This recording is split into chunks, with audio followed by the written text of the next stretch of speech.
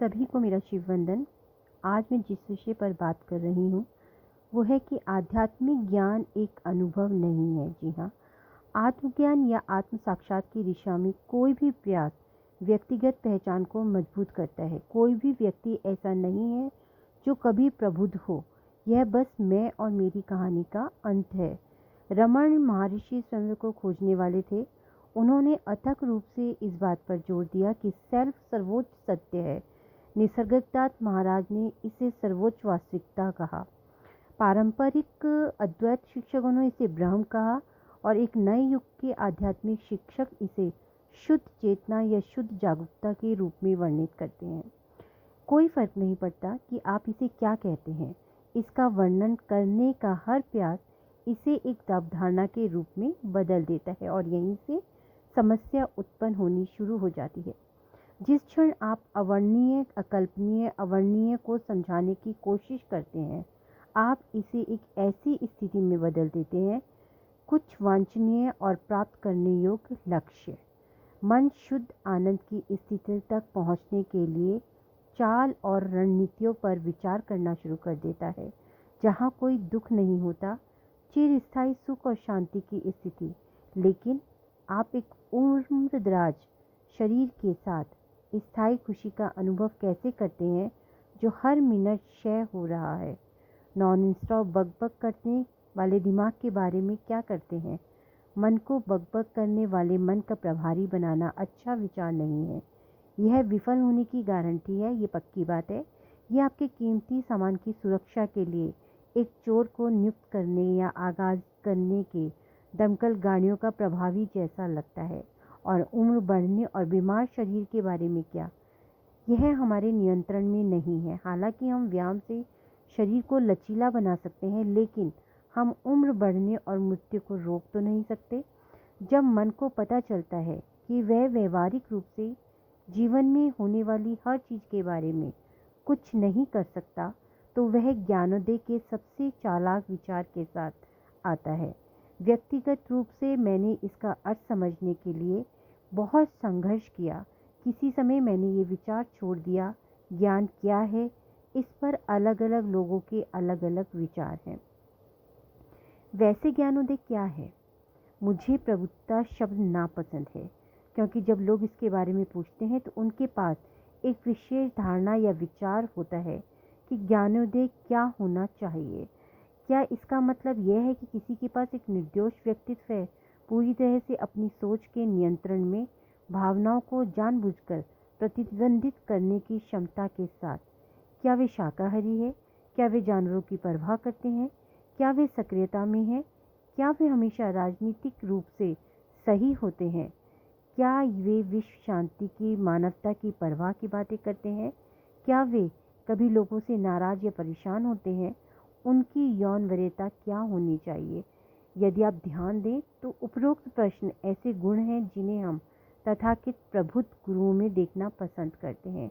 इसीलिए हम उन्हें एक आसन पर बिठाते हैं और उन पर अपनी वांछित छवि पेश करते हैं। हम लगभग पूरे मानव की कल्पना करते हैं जो कि बिल्कुल अचूक है। विशेष रूप से भारत में मुंडा सिर के साथ एक बागे पहने हुए और एक तपस्वी की तरह जीवन जीने वाले व्यक्ति को लोग भगवान के अवतार के रूप में पूछते हैं। उच्च आध्यात्मिक प्राप्ति के लिए संसार को त्यागने का विचार करते हैं। इसे मोक्ष कहते हैं। स्वतंत्रता, ज्ञानोदय या कुछ भी आपको पसंद हो, जनता को आकर्षित कर रहा होता है। ये आचार्य, वेद और उपनिषद जैसे शास्त्रों का अध्ययन करने में दर्शकों लग जाते हैं। वे बड़े गर्व और उत्साह के साथ शास्त्रों के छंदों का निर्दोष रूप से पाठ करते हैं। वे सत्य की खोज में सभी सांसारिक इच्छाओं को अस्वीकार करते हैं, कठोर अनुशासन के वर्षों का अभ्यास करते हैं। और यह सब आम लोगों से अपील करता है, क्योंकि उनमें से अधिकांश आत्म छवि खराब होती है। वे इन आकाओं को अपने स्वयं के वांछित लक्षण प्रोजेक्ट करते हैं और अपेक्षाएं पैदा करते हैं। जब प्रबुद्ध गुरु लड़खड़ाते हैं तो ये लोग सबसे पहले उन्हें आसन से धक्का देते हैं। बंद दरवाजों में पीछे आध्यात्मिक गुरुओं के दुष्ट होने या अपवित्र कार्यों में लिप्त होने के अनगणित मामले हैं। यह मुझे कहानी की याद दिलाता है। जो अद्वैत शिक्षक रमेश वालसेकर ने अपने सत्संग में सुनाई थी। मुंबई में एक प्रसिद्ध आध्यात्मिक गुरु थे जो लोकप्रिय संगठन चलाते थे। लाखों लोग गुरु का आशीर्वाद लेने के लिए उनके पास गए। एक व्यक्ति गुरु की शिक्षाओं से इतना प्रभावित हुआ कि उसने फाउंडेशन में शामिल होने के लिए अपनी कॉपीराइट नौकरी छोड़ दी। दिन भर के प्रवचन के बाद गुरु आराम करने के लिए अपने कमरे में चले जाते हैं। उनके कमरे में गिने चुने लोगों को ही जाने की इजाज़त थी। जैसे जैसे वह व्यक्ति गुरु के करीब होता गया, आपात स्थिति में उसे गुरु के कक्ष में प्रवेश करने का सौभाग्य प्राप्त हुआ। एक दिन वह गुरु के साथ एक जरूरी मामले पर चर्चा करना चाहता था, इसीलिए वह देर शाम उनके कमरे में दाखिल हुआ। अपने सदमे के लिए उन्होंने एक युवक के साथ गुरु को आपत्तिजनक स्थिति में पाया। वह दृश्य देखते हुए कुछ देर के लिए ठिठक गया और फिर चुपचाप दरवाजा बंद करके कमरे के बाहर चला गया। उन्होंने घृणा महसूस की और अपने अगले ही दिन नींद में अपने पद से इस्तीफा दे दिया। वह इतना परेशान थे कि उसने गुरु का भी चेहरा देखना नहीं चाहा। हालांकि अन्य लोगों के आग्रह पर उन्होंने नींव छोड़ने से पहले गुरु से मिलने का फैसला लिया। वे और गुरु आमने सामने बैठे हुए थे। कुछ देर के लिए सन्नाटा छा गया। तब गुरु ने उनसे रुकने के लिए राजी किया, लेकिन उसने मना कर दिया। गुरु के अंतिम शब्द थे, आपने समस्या पैदा की है और अब आपको केवल इसे हल करना है। इसके बाद वह चला गया, फिर कभी वापस नहीं आने के लिए। इस स्थिति का विश्लेषण कैसे करेंगे आप? क्या गुरु की गलती थी कि उन्होंने एक युवक के साथ अपने संबंध और नृत्य को छुपाया? भारतीय रूढ़िवादी संस्कृति में आध्यात्मिक गुरुओं को अक्सर व्यक्तिगत पसंद और व्यवहार के लिए ही आंका जाता है। धार्मिक उत्तराधिकारियों द्वारा कई वर्षों कंडीशनिंग के माध्यम से उन्होंने ये मानना शुरू कर दिया था कि उनकी मुक्ति ज्ञान के लिए और एक गुप्त शब्द उनकी अक्षमता के कारण खराब हो गई थी। जब वह कृष्णमूर्ति से मिले तो उनकी आंखों में आंसू थे, लेकिन बहुत देर हो चुकी थी, इसीलिए वे कुछ नहीं कर सके। एक साधु व्यक्ति की सांसारिक भौतिक इच्छाएं कैसी हों? आप देखिए, हमारा शरीर भी भौतिक है और यह ज्ञान की अवधारणा को समझता है जिसे हमारा दिमाग प्रोजेक्ट करता है। मैं ये नहीं कह रही हूँ कि बागे में हर व्यक्ति एक दुष्ट है। मैं एक सच्चे गुरु से भी मिली हूँ जिन्हें मैं जानती हूँ उनके पास गहरी आध्यात्मिक समझ है। वो दूसरे लोगों की अपेक्षाओं को पूरा करने के लिए नहीं जीते हैं। मैं जो कह रही हूँ वह यह है कि हम किसी गुरु को उनकी पसंद और व्यक्तिगत प्राथमिकताओं से नहीं आंक सकते। यदि आत्मज्ञान का विचार सांसारिक सुखों को नकारना और अपने पूरे जीवन के लिए संयम के माध्यम से खुद को यातना देना है, तो यह एक विकृत विचार है। आध्यात्मिक जागृति समझ की ओर ले जाती है। आनंद की स्थिति प्राप्त करना नहीं है, बल्कि अहंकार मन की भ्रामक संरचनाओं का टूटना। अधिकांश लोगों के लिए आध्यात्मिक जागृति क्रूर है, कभी कभी गहरे अस्तित्व के संकट और अवसाद का कारण बनती है। दूसरी ओर आत्मज्ञान सिर्फ एक अवधारणा है। मैं आत्मज्ञान के बजाय शब्द का प्रयोग करना ज़्यादा पसंद करती हूँ, जबकि आध्यात्मिक जागृति तुरंत होती है। समझ धीरे धीरे आती है। जैसे जैसे ये समझ गहरी होती जाती है, मन शांत होता जाता है और व्यक्ति उच्च जागरूकता में रहना सीखने लगता है। तो ये समझ क्या है? यह है कि हम अपने कार्य को करता नहीं है। बुद्ध के शब्दों में कर्म होते हैं, परिणाम भी होते हैं, लेकिन कोई व्यक्तिगत कर्ता नहीं है। जैसे जैसे यह समझ गहरी होती जाती है, भौतिकवादी जीवन के प्रति वैराग्य स्वाभाविक रूप से उत्पन्न होता है, क्योंकि व्यक्ति अपने कार्यों के परिणामों से अधिक चिंतित नहीं रहता है। अहंकार का यह महसूस करता है कि केवल ब्रह्मांडीय कानून प्रबल है, कर्तापन की भावना को निलंबित करता है, जिसके परिणाम स्वरूप शांति और करुणा होती है।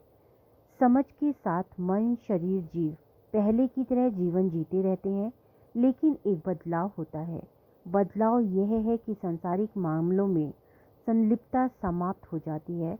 आत्मज्ञानी व्यक्ति संसार में किसी भी चीज़ से इनकार नहीं करता, लेकिन साथ ही वह बहुत अधिक आसक्त या शामिल नहीं होता। आध्यात्मिक जागृति के पहले कर्तापन से जुड़ा व्यक्ति अपने व्यक्तिगत आत्म की भावना को बढ़ाने के लिए वांछित परिणाम प्राप्त करने का प्रयास करता है। उदाहरण के लिए, व्यक्ति सांसारिक इच्छाओं को पूरा करने के लिए कड़ी मेहनत कर सकता है, जैसे घर खरीदना और कार, फोन आदि जैसी सुविधाएं। उसके लिए धन, शक्ति, पद, कद और प्रतिष्ठान जैसी चीजें मन की शांति से अधिक मायने रखती हैं। ये सभी खोज उसकी व्यक्तिगत पहचान की भावना को बढ़ाती है। वह अपने द्वारा जमा की गई पूंजी संपत्ति के मूल्य से आत्म मूल्य की भावना को प्राप्त करता है। उनका मानना है कि एक अलग व्यक्ति है जो बाकी लोगों से अलग रहता है और उसे अन्य लोगों की मान्यता और स्वीकृति प्राप्त करने के लिए अपनी योग्यता साबित करनी होती है। इसीलिए उन्हें कड़ी मेहनत से धन और प्रसिद्धि प्राप्त करने का विचार आकर्षित करता है। लेकिन समस्या यह है कि यह अलगाव और बढ़ा देता है, जो खुद ही दुख का कारण बन जाता है। उपभोगवाद में गहरे तक डूबे समाज में आमतौर पर यह देखा जाता है कि ज़्यादातर लोग हमेशा बाहरी संपत्ति हासिल करके खुद को बेहतर बनाने की कोशिश करते रहते हैं। ऐसा ही कुछ उन्हें संपूर्ण बनाता है। कोई गलती नहीं करना आध्यात्म में ऐसा हो सकता है। इसे आध्यात्मिक भौतिकवाद कहा जाता है। कुछ समय पहले कुंडलिनी से संबंधित प्रश्नों के साथ मेरी एक शिष्या मेरे पास आई, जिसने मुझसे पूछा कि कुंडलिनी ऊर्जा में इतनी वृद्धि का अनुभव कर रही है कि काम या परिवार पर ध्यान केंद्रित ही नहीं कर पा रही है। नतीजन उसका जीवन अस्त व्यस्त हो गया है। वह अपनी कुंडलिनी जागरण समस्या का समाधान चाहती थी, क्योंकि उसे इससे बेचैनी और घबराहट हो रही थी। जब मैंने सुझाव दिया कि काउंसलर या थेरेपिस्ट से बात करे, तो वह खुश नहीं थी। कुंडलिनी के उत्थान की मनोवैज्ञानिक तस्वीर उसके दिमाग में इतनी मजबूती से समाई हुई थी कि वह कोई वैकल्पिक तरीका तलाशना ही नहीं चाहती थी। वह दर्द और पीड़ा से तुरंत मुक्ति चाहती थी। जब वह पास आई तो उसने मुझ पर एक गुरु की छवि पेश की। जैसा कि मैंने उस समाधान को साबित नहीं किया जिसकी वह उम्मीद कर रही थी, उसने तुरंत मुझे एकदम से कुछ इस तरीके का शब्द कहा कि मैं भी पूरी तरीके से अपने आप को समझ नहीं पाई। अधिकांश लोगों के पास आध्यात्मिकता और ज्ञानोदय के बारे में पूर्व कल्पित विचार हैं, और इन काल्पनिक अहंकार संरचनाओं को तोड़ना अविश्वसनीय रूप से चुनौतीपूर्ण है। उनका मानना है कि आत्मज्ञान के माध्यम से वे स्थायी रूप से आनंदमय स्थिति प्राप्त कर लेंगे, और इसलिए अन्य भौतिक इच्छाओं की तरह ज्ञानोदय और एक वांछनीय वस्तु बन जाएंगे। ज्ञान किसी भी समस्या का समाधान नहीं देता है। यह समझ है कि जुनूनी सोच वाले अहंकार मन द्वारा बनाई गई समस्याओं का दुनिया में कोई भी जवाब नहीं है। यह कोई अनुभव नहीं है, क्योंकि सभी अनुभव क्षणिक होते हैं। एक अनुभव के साथ पहचान गया अहंकार मन जीवन भर उसका पीछा करता रहेगा। आप बुद्ध, जीसस और कृष्ण को मध्यस्थता में देख सकते हैं, लेकिन जब आप अगले दिन काम पर लौटेंगे तो सभी चले जाएंगे। आध्यात्मिक जागृति के बाद व्यक्ति दुनिया की मायावी प्रकृति को देखता है। सभी विचार, विश्वास और अवधारणाएं उस पर अपनी पकड़ खो देती हैं।